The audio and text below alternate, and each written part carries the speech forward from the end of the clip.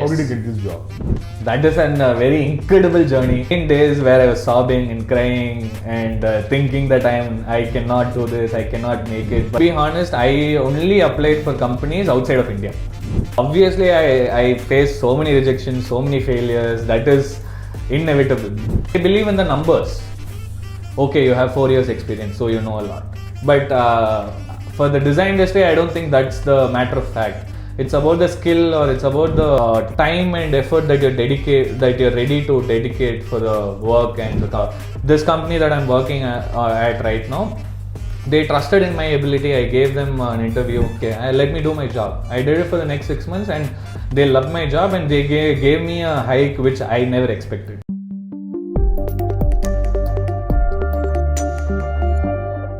Hi everyone. So in today's podcast, we have a special guest, Mr. Bharat. So he's a UX designer working in an Australian-based company. So I'm going to have a conversation with him. Bharat, so can you please tell me about your how to get a job? Currently you are working in this company, right? So Yes. how did you get this job? Oh, that is a very incredible journey. You know a lot. You've been through that everything. But to the audience, I have to tell them, getting a job was a hectic process. But I loved it. Every single day I loved it. There has been days where I was sobbing and crying and thinking that I cannot do this, I cannot make it. But I always tell everyone there is always a light at the end of the tunnel. So keep working on it.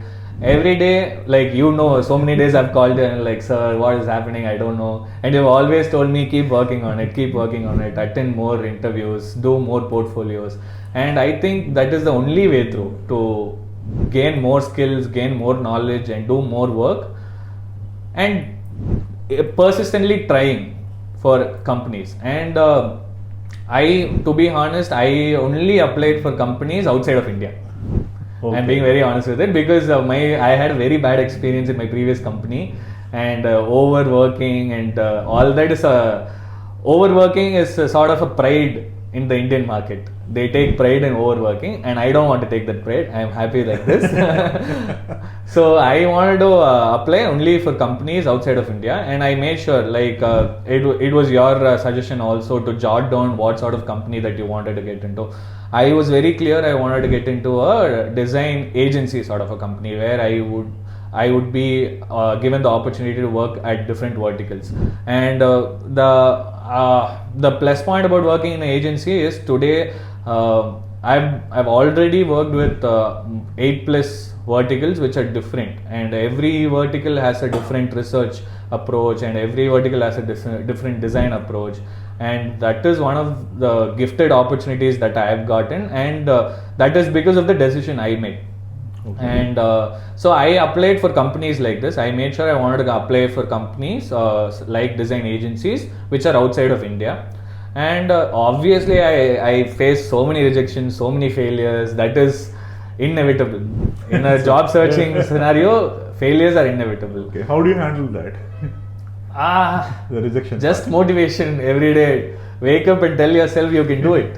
Why not? There are going to be rainy days where you're sobbing at the corner saying, I cannot do this. But I made sure every single day after I wake up, I believe in manifestation. So wherever I am today, whatever I am doing, I believe it's because I manifested it. 2 years back, I was in a different place. I was making not even 20% of what I'm making today, and it's not even about the money. I was doing something that I didn't like, so I was doing something just for the money. And guys, I've learned this the hard way. If you're doing something just for the money, you're not going to make it. The money is not going to come, you're not going to be happy, nothing is going to go right. So then later I decided, okay, so I want to do design. So I love design, I want to do design, forget money. So I took a break from my career. I took a 1 year break to learn design. And obviously I knew design before, but I wanted to learn it through curriculum and through the entire process. I took my time. Fortunate enough, my parents or my family has always inculcated savings or investment in me. So I had enough savings for me. and I took a break, and so that break after making some money and taking care of yourself will teach you a lot of things.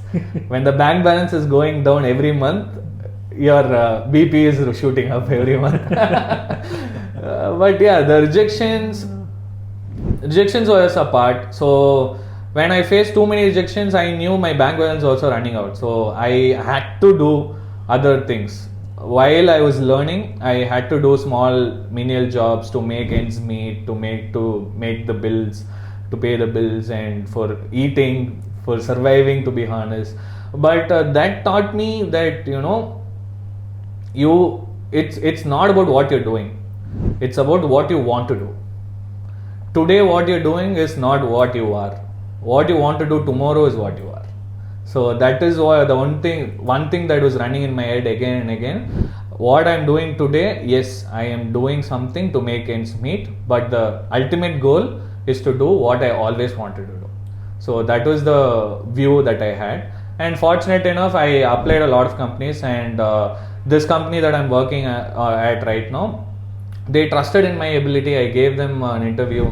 I gave the interview as confident as I gave every other company. But I believe in destiny as well. So I think I was destined to join this company under this so-and-so person's leadership. So it was great. So this company believed in me. And since though I was a fresher to the design industry, I had a prior working experience in other industry, marketing industry. I've had a lot of working experience in the marketing industry, which also helped me today in the design industry as well. So this person trusted in me, thinking, okay, this person has something in him. So most companies, I don't know how other companies work, but as far as the companies I have given interviews for, they believe in the numbers. Okay, you have 4 years experience, so you know a lot. But for the design industry, I don't think that's the matter of fact. It's about the skill, or it's about the time and effort that you're ready to dedicate for the work and the company. So this person understood that. This person saw me through a different lens, and he took me in. He was like, yeah, I understand you have earned a certain way before. I would not be able to give you a great hike, but I'll give you a certain amount of hike. You prove me that you will be a great asset to my company, and then you will earn your money. So I did it. I took it. I was like, okay, let me do my job. I did it for the next 6 months, and they loved my job, and they gave me a hike which I never expected. Okay. So I think that's how it is, guys. I think that's how it is going to be. All the freshers out there, all the people who are going to take a career shift, don't look at the money as the first priority. Look for the opportunity to prove yourself. Money will come automatically. So once you start proving yourself, once you make the company understand that you're a valuable asset, they're going to compensate you how much ever you want. Not how much ever, but the right amount of compensation you're definitely going to get. So that's how it has been, sir. Yeah. So you're talking from the very, very, very practical manner, from the bottom of the heart. Yes. Yeah. Whatever I went through. Positive. Yeah. More positive manner. Yeah. Great. All right. So I hope you like this conversation. So if you have any query, we can discuss on the comment section. So I will catch you soon with another interesting podcast. Until then, bye-bye. See you. Vanakkam. Small announcement. Recently, I had written a book. The book name called Foundations of UX Research. So this is a book. So this book is available on Amazon and Flipkart. Even in ebook also is been available.